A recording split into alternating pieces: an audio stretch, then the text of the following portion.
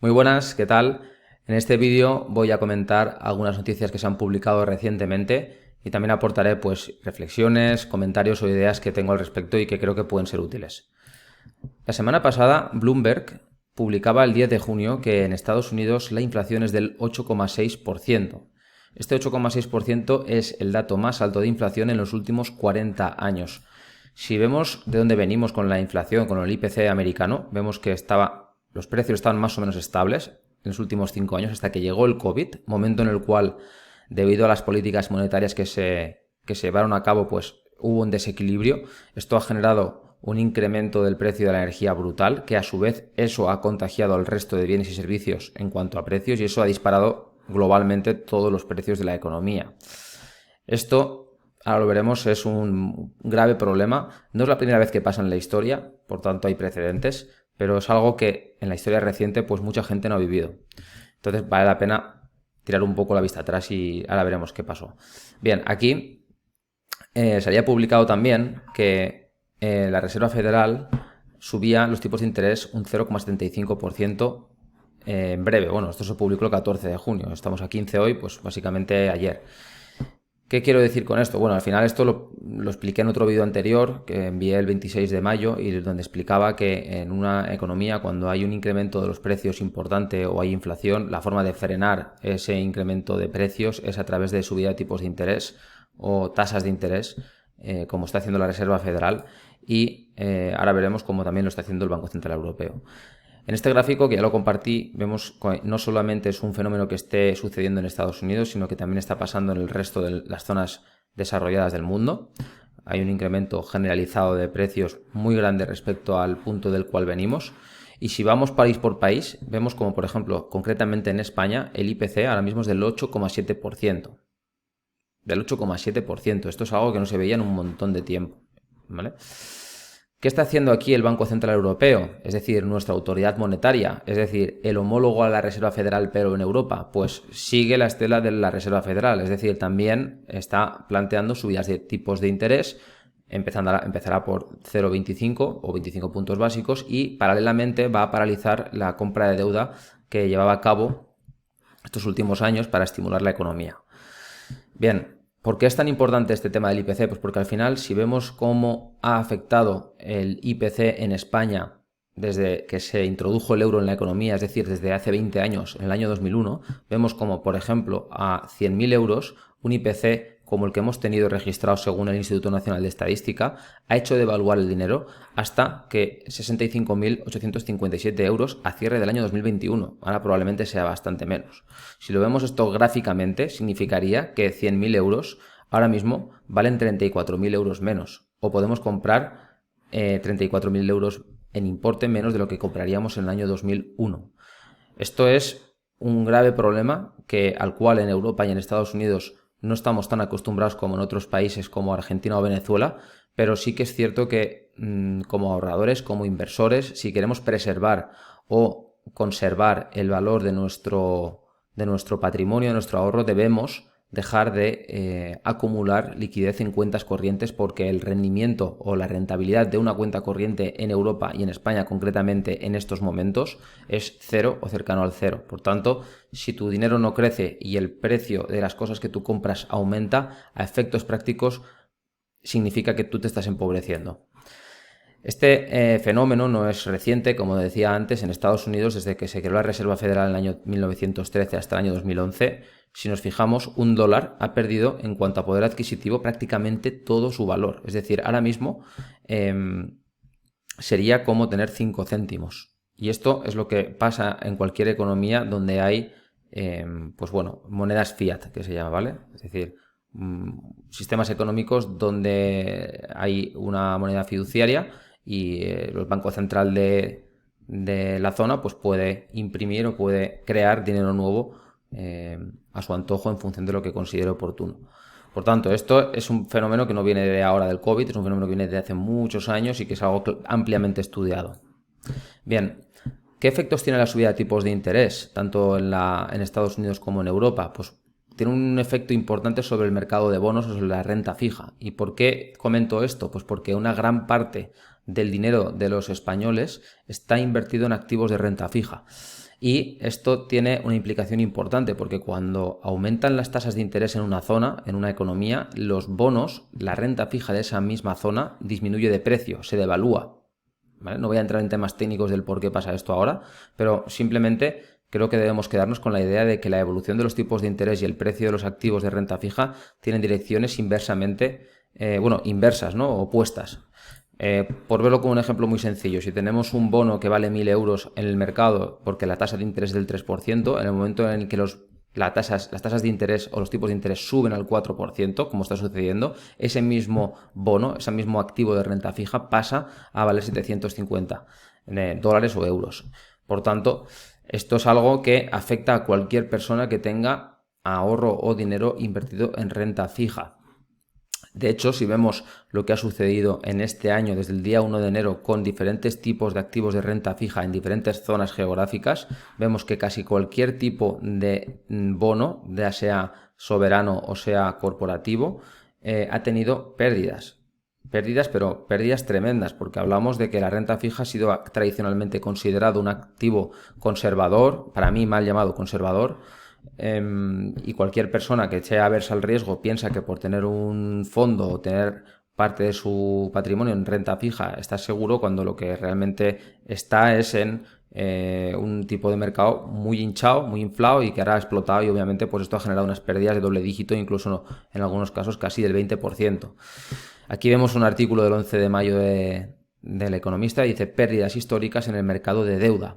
No sorprende que haya hasta 22 fondos a la venta en España con resultados negativos superiores al 20%, y que a pesar de ello concentran más de 14.000 millones de patrimonio. Es decir, no solamente es que la gente no está asesorada como para saber que no debe estar invertida o con su ahorro en renta fija, sino es que encima, incluso en un momento de pérdida, parece ser que la gente no se le comunica que debe salir de este tipo de activos, ¿no? Yo particularmente, y desde mi humilde punto de vista, ya en mayo del 2016 empecé a publicar, por ejemplo, en este artículo, la posibilidad de que la renta fija estuviera en una situación de burbuja.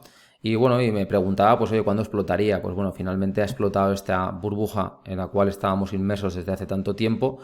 Y esto no significa que una persona no deba tener renta fija en su patrimonio, pero sí que es cierto que hay muchísimos tipos de renta fija, y quizá lo mejor o lo más adecuado o lo menos malo, como lo queramos llamar, hubiera sido reposicionar esa parcela de renta fija del patrimonio en bonos o títulos de deuda a muy corto plazo, duraciones cortas y con emisores privados, no de gobiernos.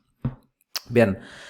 Una cosa que me gustaría compartir es que los datos macroeconómicos, como los que acabamos de ver, ¿vale? De crecimiento de PIB, de empleo, de PMIs, de muchas cosas que podemos analizar a nivel macro, no son el mercado de valores, no son el mercado financiero. Y esto es algo que creo que hay mucha tendencia a confundir. Mucha gente, muchos clientes a veces pues llaman o preguntan y dicen: oye, es que está la economía muy mal porque el gobierno, porque el crecimiento, porque la deuda. Y entiendo perfectamente esa preocupación, pero tenemos que entender que la macroeconomía, la economía incluso te diría real, no a veces va de la mano siempre al milímetro de los mercados financieros. Los mercados financieros se mueven por otro tipo de drivers o de factores, ¿no? ¿Por qué motivo? Bueno, pues los mercados financieros es algo que cotiza cada segundo, ¿vale? Que se mueven al segundo, incluso en décimas de segundo, los activos o los precios, y sin embargo los datos macroeconómicos no se actualizan todos los días, pues requieren estimaciones, encuestas, actualizaciones o ajustes. De hecho, vamos a poner ejemplos. La recesión o la crisis que duró en Estados Unidos desde julio del año 81 hasta noviembre del año 82 no se declaró hasta enero del año 82. Es decir, muchas veces entramos en una recesión o hemos entrado en una recesión o en una crisis y no lo hemos reconocido, no nos hemos dado cuenta hasta pasada incluso a veces la recesión, ¿no? Esto es algo que, dicho así, parece un poco extraño, pero no es el único ejemplo. De hecho, por ejemplo, la recesión que comenzó en el verano de 1990 no se determinó o no se supo o no se reconoció hasta la primavera del año 91. La recesión de marzo del 2001 no fue declarada oficialmente hasta noviembre del 2001. El mes que finalizó, justo el mes que acabó la crisis, digamos, y se supo que habíamos terminado en ese momento una recesión fue cuando se dijo que estábamos en una recesión. O el caso más reciente, importante, que fue la recesión de la gran crisis financiera que comenzó en diciembre del 2007, pero no se hizo oficial hasta diciembre del 2008, es decir, casi un año después, que justamente coincidió con el estallido de cuando Bernie Madoff, que era un reconocido gestor de fondos, pues salió a la luz de que era una estafa piramidal. ¿Vale? Es decir, que es complicado incluso saber si estamos en una crisis en estos momentos. Pues, si estamos en una crisis en estos momentos, ahora mismo, en junio del año 2022, quizá esto se reconozca o se declare oficialmente pues, dentro de unos meses. Entonces, conclusión es que el mercado de valores y la economía pues no siempre están sincronizados entre sí. Y ahora voy a poner aquí datos de cada una de las 12 crisis económicas que ha habido desde la Segunda Guerra Mundial y qué ha pasado con el mercado financiero, con el S&P 500, que es la bolsa norteamericana, que es la más importante y donde el 50% del patrimonio de los clientes habitualmente está invertido. ¿Vale? Entonces, antes de cada una de estas recesiones, aquí vemos cómo fue el rendimiento de la bolsa. O sea, hay veces que antes de la crisis era positiva, hay veces que ha sido negativa. Durante la crisis, es decir, durante este periodo, la rentabilidad de la bolsa, como podemos ver, también es completamente aleatoria, no hay ningún patrón. Al año, la mayor parte, al año de finalizar cada una de estas 12 crisis, la rentabilidad ha sido generalmente positiva y con buenas rentabilidades. A 3 años el 100% ha sido positivo. A 5 el 100% positivo y con triple dígito de rentabilidad y a 5 años, y a 10 años, perdón, exactamente igual, ¿vale? ¿Alguna lectura o alguna conclusión que me parece relevante o interesante comentar aquí? Es muy común que se diga que el mercado financiero predice las recesiones económicas. Bueno, esto es parcialmente verdad, porque como podemos observar hay momentos donde había una recesión y el mercado financiero ni siquiera ha caído. Por ejemplo, en la crisis que hubo de noviembre del 48 a octubre del 49, no hubo caída en el mercado financiero ni antes, ni durante la crisis, ni después de la crisis económica. ¿Vale? Cuando hablamos de una recesión o de una crisis, estamos hablando a nivel macro y significa que hay 2 trimestres consecutivos con crecimiento o decrecimiento, mejor dicho, del PIB. ¿Vale? En el año 80, enero del 80 a julio del 80, que hubo otra crisis o otra recesión, tampoco cayó el mercado financiero. Y luego hay otras crisis donde sí que ha anticipado el mercado financiero mediante una caída, luego en la propia recesión ha subido el mercado e incluso después pues ha habido periodos como el año 2001, marzo 2001, noviembre 2001, donde el mercado cayó antes, durante y después hasta recuperarse 3 años más tarde. Por tanto, otra conclusión que saco, aparte de explicar o de ver que no es posible o hay que disociar lo que es la economía real o la macroeconomía de lo que es el mercado financiero, porque vemos que no hay una relación directa. Aparte de desmitificar eso, también me interesa matizar que cuando hay una recesión, en cada una de las 12 recesiones, haya caído o no el mercado financiero durante, antes o a corto plazo después de la crisis, sí o sí, después, al tercer año, las rentabilidades han sido muy buenas. Y a 5 años, mejor todavía, 10 años más. De hecho, si hacemos las medias anuales, vemos como, por ejemplo, la media a 3 años, después de las crisis, en las últimas 12 crisis, ha sido del 48% de rentabilidad. Es decir, la persona que en mitad de una crisis hubiera comprado en ese momento, hubiera invertido en ese momento, hubiera generado de media un 48%, lo que es lo mismo un 14% anual. Entonces, rentabilidades de doble dígito en todos los casos y por encima de la media histórica. Por tanto, conclusión, es buen momento para invertir en momentos de incertidumbre o de recesión económica, ¿vale? Entonces, el problema con el market timing es adivinar si ahora es buen momento, si es mal momento, si viene una crisis, si cuánto durará esta crisis, si durará un mes, una semana, un día, un año. Es decir, pronósticos, ¿vale? Predicciones. Cuando se trata de hacer market timing, predicciones, aquí el problema es doble, ¿vale? Por una parte, es difícil de predecir el momento de la recesión o de la crisis económica. Eso es complicado, lo acabamos de ver, porque hay veces que el mundo está en una crisis y el mundo no sabe que está en una crisis hasta que pasa la crisis, ¿no? Hay veces que parece que va a haber una crisis, no la hay, como pasó en 2018. O sea, es extremadamente complejo, pero también es difícil predecir cómo y cuándo reaccionará el mercado financiero ante una recesión. Es decir, la conclusión aquí es que incluso si supiéramos que ahora estamos en una crisis económica o que vamos a estar, aunque lo supiéramos, cosa que es imposible de saber, tampoco vamos a saber luego cómo actuar, porque tampoco vamos a poder saber cómo se comporta el mercado, porque el mercado financiero es completamente va por otro tipo se mueve por otro tipo de factores. Entonces, el aprendizaje un poco que me gustaría que se quedase aquí es el hecho de que no deberíamos tomar decisiones de inversión en base a lo que escuchemos en las noticias o leamos en los medios sobre si hay una crisis o no hay una crisis, porque por esa regla de 3 hay crisis en las cuales el mercado nunca ha caído. Entonces es inútil, ¿no?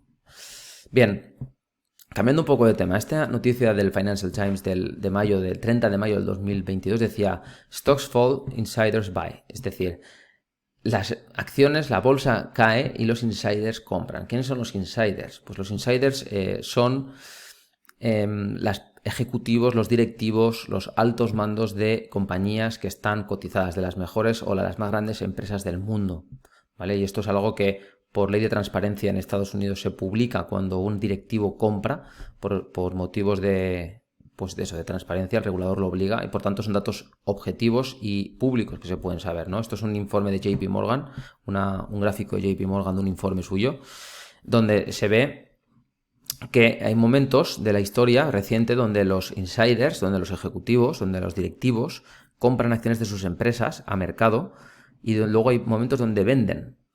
¿Cuál es el criterio que tiene un insider para comprar o vender acciones de su empresa en la que trabaja? Pues principalmente, Peter Lynch decía que hay, ¿cómo era?, muchas razones por las cuales un directivo vende acciones de su empresa, ¿vale? Porque se divorcia, porque tenga que pagar deudas, porque tenga problemas económicos, ¿vale? Pero solamente hay una razón por la cual un directivo compra, y es porque piensa que la compañía, al precio que está comprando, está infravalorada. Dicho de otra forma, en agregado, los insiders están comprando en estos momentos porque, debido a las caídas de mercado que han habido, piensan que las compañías valen más de lo que valían, o sea, están a mejor precio de lo que estaban hace 6 meses, y por tanto pues se están inflando, obviamente, a comprar, ¿vale?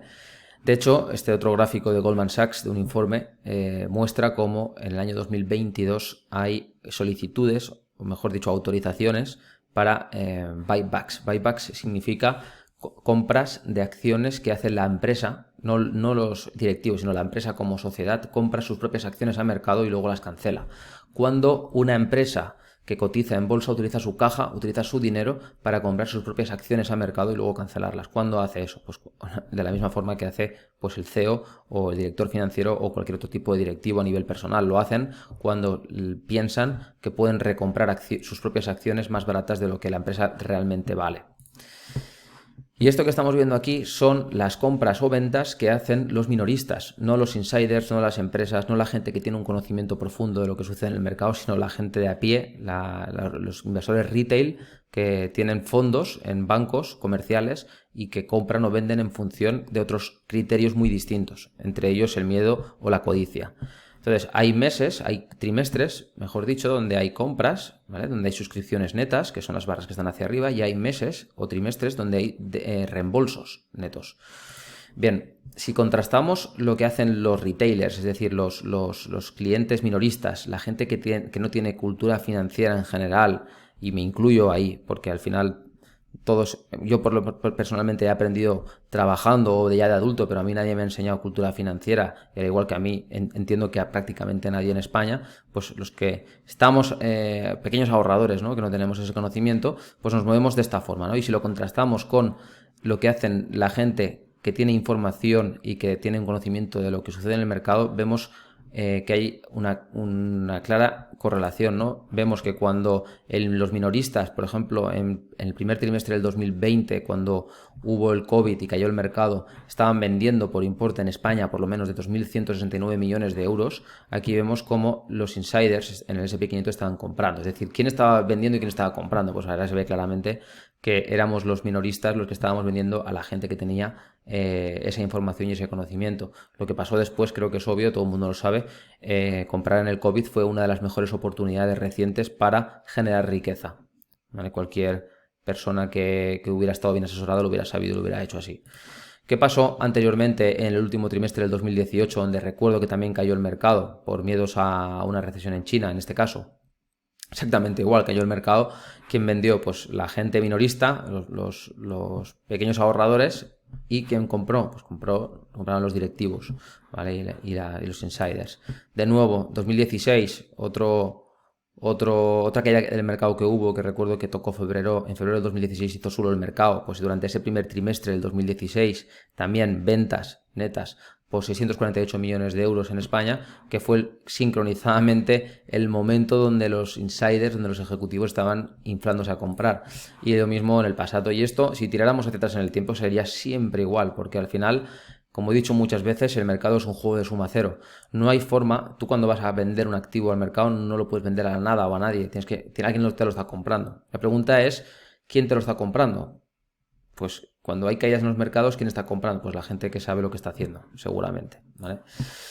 Bien, esto me lleva al final a hacer alguna reflexión sobre el control de las emociones y la importancia de este tema a la hora de gestionar nuestro ahorro, ¿no? Entonces yo me gustaría hacer un pequeño juego, una pequeña reflexión, donde tenemos, por ejemplo, una inversión, llamémosle A, y una inversión, llamémosle B, ¿vale?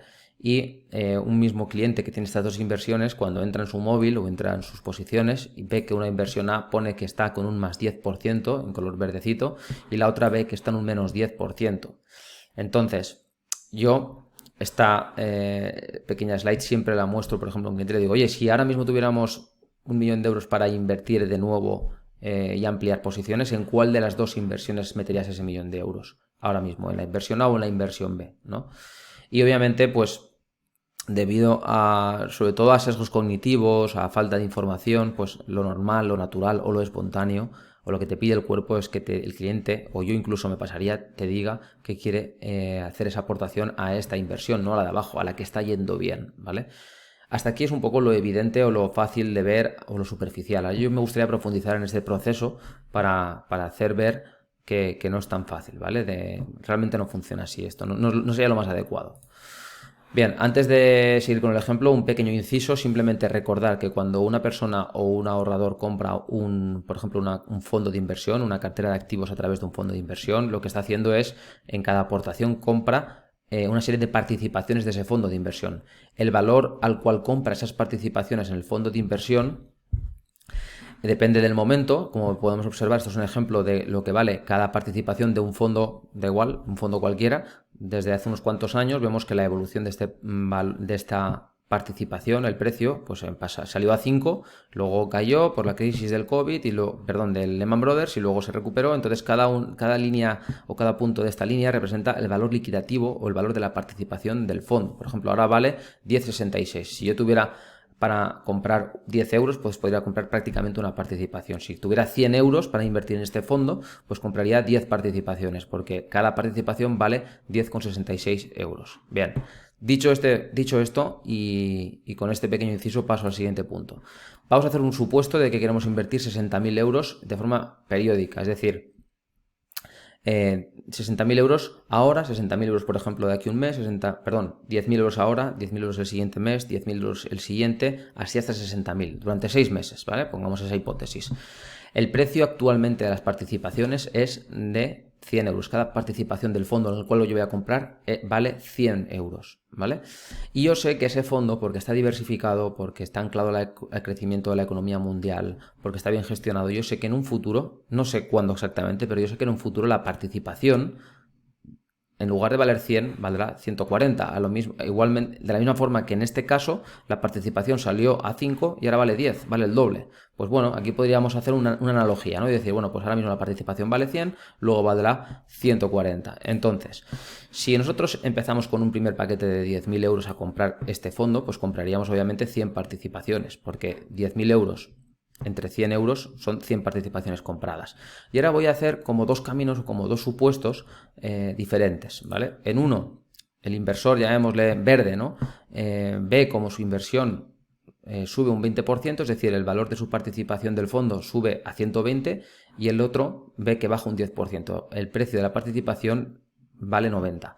En ese momento se ejecuta una nueva orden de compra, se compran otra vez participaciones por otro importe de 10.000 euros, al igual que antes. Ahora mismo otra vez 10.000 euros.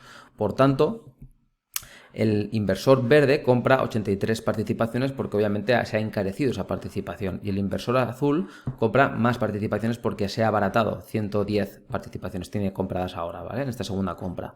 Si hacemos un paso más y vemos el camino de cada uno de los dos inversores, pues el de arriba compraría 77 participaciones con otra aportación de 10.000 euros y el de abajo compraría el doble de lo que compraba al principio, porque el precio de la participación ha bajado a la mitad, es decir, ahora vale 200, ha comprado 200 participaciones. Bien, para un momento. En este momento, si ambos inversores consultan su posición o su inversión, uno está viendo, el de arriba está viendo que su inversión vale un más 13%, ha ganado un más 13, y el de abajo está viendo un menos 30, ¿vale? Mi pregunta es, ¿qué inversor creéis que está más contento? Pues parece evidente que el de arriba, ¿vale? Esto es una situación muy similar a la que ha vivido muchos clientes. Muchos clientes han visto sus posiciones aquí y luego han visto sus posiciones aquí. Algunos lo han visto incluso varias veces en positivo y varias veces en negativo porque llevan trabajando años y han visto varias crisis. Cualquier inversor en diciembre del 2021 estaba en positivo. Cualquier inversor en junio del 2022 está aquí o similar. ¿Bien? Entonces, lo que hay que tener presente es que al final vamos a llegar aquí. Esto es la premisa básica que tiene que entender una persona. Es decir, que si está bien diversificada y la cartera es robusta, sí o sí a medio plazo va a subir el valor de la participación, ¿vale? Pero el camino a través del cual se llega a esos 140 euros, eso no lo sabemos, ¿vale? Yo estoy haciendo dos supuestos, dos caminos distintos, ¿vale? Pero el importe que se está invirtiendo es el mismo y la forma de invertir también, ¿vale? Yo voy a continuar invirtiendo 10.000 más, otros 10.000, otros 10.000. ¿Vale? En total 60.000 euros en los dos casos. Ambos han empezado en el mismo sitio y han acabado en el mismo sitio, con el mismo capital.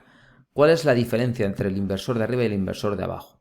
Bien, el inversor de arriba ha tenido un trayecto inversor o un camino o una experiencia mucho más llevadera, mucho más psicológicamente fácil, porque siempre ha visto que su inversión iba poco a poco a más. Sin embargo, el inversor que de abajo es un inversor que ha sufrido psicológicamente más porque temporalmente ha vivido una caída en los mercados y por tanto una caída en el precio de la participación de sus fondos y por tanto una caída en la valoración de sus inversiones. Sin embargo, el inversor de abajo ha acumulado más participaciones porque ha conseguido comprar a precios más bajos en ciertos momentos, y el de arriba solamente ha conseguido 482 participaciones, que a precio de mercado, si multiplicamos ahora las participaciones que tiene cada uno de los dos por lo que vale cada participación, vemos como el inversor de arriba, el inversor verde, ha generado una rentabilidad obviamente positiva y ha ganado 7.480 euros, es decir, sus 60.000 euros ahora valen 67.480. Sin embargo, el de abajo vemos cómo ha generado una rentabilidad mucho más alta que el de arriba.